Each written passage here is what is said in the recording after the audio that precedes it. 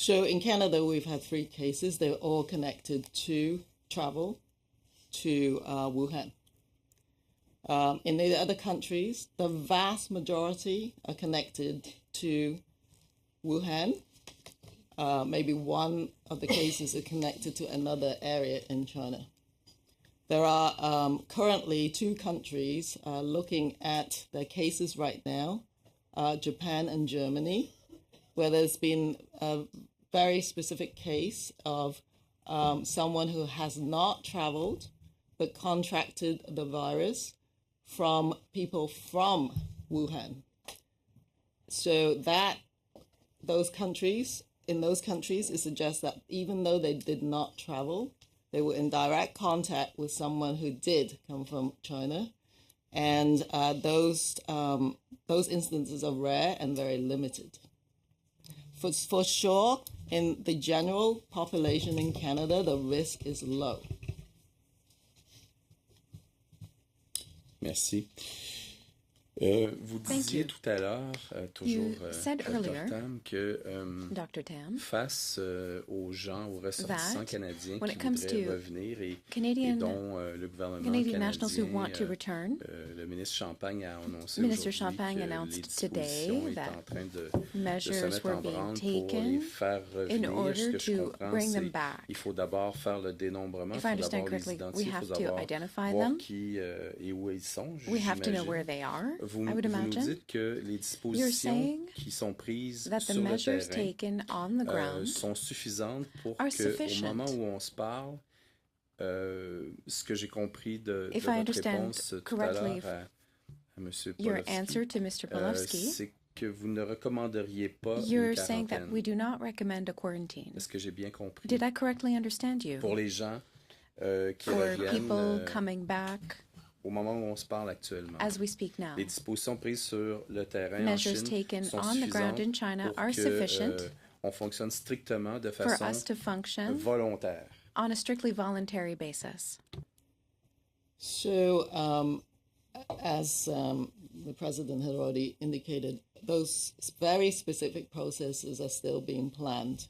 But what I do know, given my communication with the World Health Organization, is that China is actually not letting anyone leave Wuhan, that sort of containment facility. Anyone who leaves, and that's extraordinary, they have screening, active screening, before they would ever let anyone on a plane. That is because they're actually not wanting to let anyone out of the city.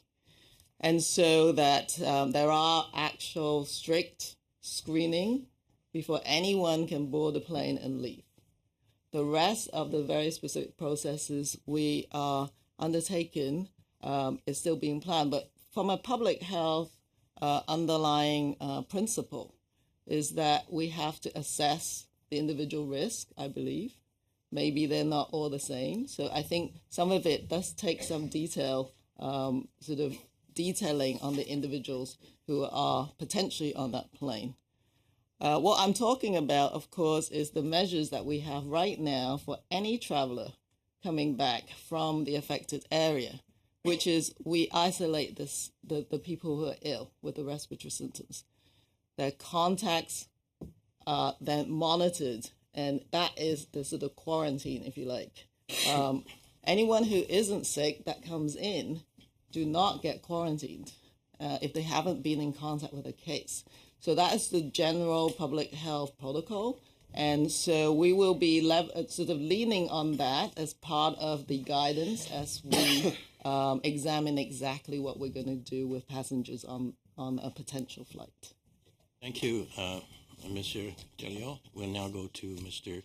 Davies, 6 minutes. Thank you, Mr. Chair, and thank you to the witnesses for being here on short notice. Dr. Tam, generally, as close as you can, among those infected with the novel coronavirus, what percentage of patients have experienced severe disease? So based on data coming out of China, it's been about 20% of what they define as severe. That could be pneumonia, but we know that in terms of the number of deaths, it's been just over 130 out of over 6,000 reported cases. So we actually currently cannot estimate the actual case fatality rate. That actually takes time, and the other outbreaks can take weeks or in fact months to ascertain. But I think the world's global response is taking it as though it's going to be potentially serious. So I think that's where we're at, is about 20%. Okay. And is 133 deaths of 6,000 cases, is that a high percentage of deaths as in relation to the number of people who are infected? So relative to something like SARS is lower. But as I say, there's 20% that might be in a serious, have a serious illness. So we don't know what their clinical course is. Okay. So I think that is what we are watching really carefully. Thanks. Generally, how long is the period between when a person gets infected and when they start exhibiting symptoms? So that is what we call the incubation period. And it seems to be a whole range, anywhere from 1 to 14 days. But the majority, and that number is sort of recalibrated every single day, right now is estimated at around 5 to 6. That's been the general incubation period. But you will have some outliers who are particularly long. And in Canada, we've taken the longest incubation period, 14 days, as a matter of how we pursue our public health actions. Okay. I'd like to drill in to understand, if I can, exactly how this evacuation is going to work in China of Canadians that are there. I've heard there's something like 160 Canadians who have indicated they want to return. Am I to understand, and is Canada going to do any testing of those people to ensure that they are not infected with the coronavirus before they get on the plane? So, as I've said, the details of that is being worked out. However, the Chinese authority will not let anyone who might be infected on the plane. The rest, we will be reassessing the protocol. Can I drill into that? So, is there a definitive test for people who are who might be infected with the virus but are not yet symptomatic? Is that the kind of test you're going to have on people? I think the protocol of testing those passengers is still, all of that is still being worked out. In China, they do have the diagnostic tests. No cases and no sick people will be leaving that city. You read my mind. That's what I'm trying to establish. With an incubation period of as long as 14 days, how do we ensure that people that are getting on the plane together don't have the coronavirus, but they're not yet symptomatic? Can we definitively ensure that that is not going to happen? So I think the protocols and the processes will be put in place that ensures we don't impact the Canadian public. But should anything even happen on the flight, there are measures to separate anyone who suddenly develops symptoms, for example. So those are still the things that we will be very meticulous in how we work through all of those processes in order for us to ensure that Canadians here are protected. Do you know when the plane is scheduled to arrive in China and bring back the Canadians? I think, Mr. Chair, all those details are being worked out, and obviously the Government of Canada is engaging closely with Chinese authorities in relation to working out some of those details.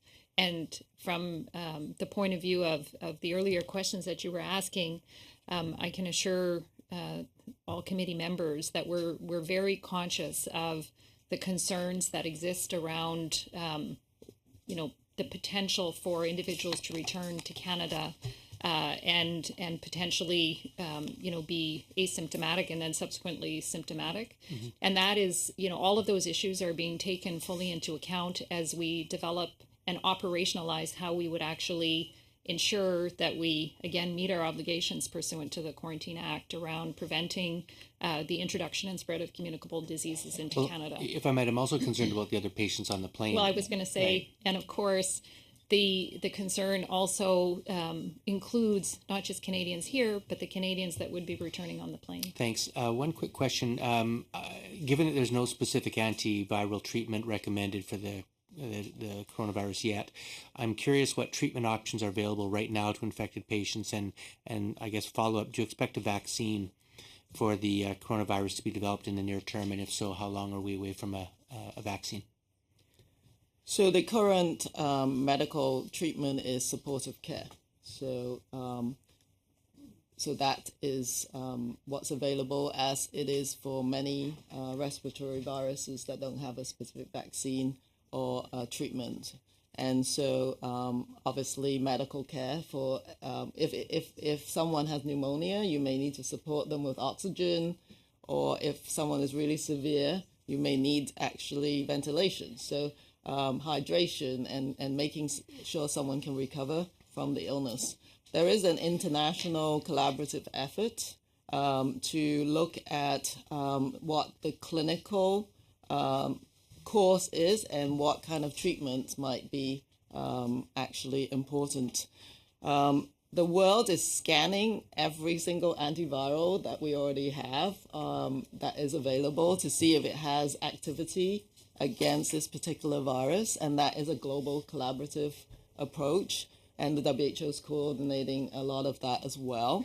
In Canada, we are pulling together our research organizations and our academic expertise in order to contribute to that global effort. So that's on the treatment or the antiviral side. On the vaccines, there have been a number of vaccines that have been previously developed for coronaviruses, not this specific one. And the world, again, is pulling together everyone who actually has one of these vaccines and seeing what we can do to accelerate the development. But what I can say is that even with the most rapid acceleration, I don't believe we are going to see a vaccine that is ready probably for a year. So at least we have to plan for the fact that we're going to be managing this particular virus with no specific vaccine.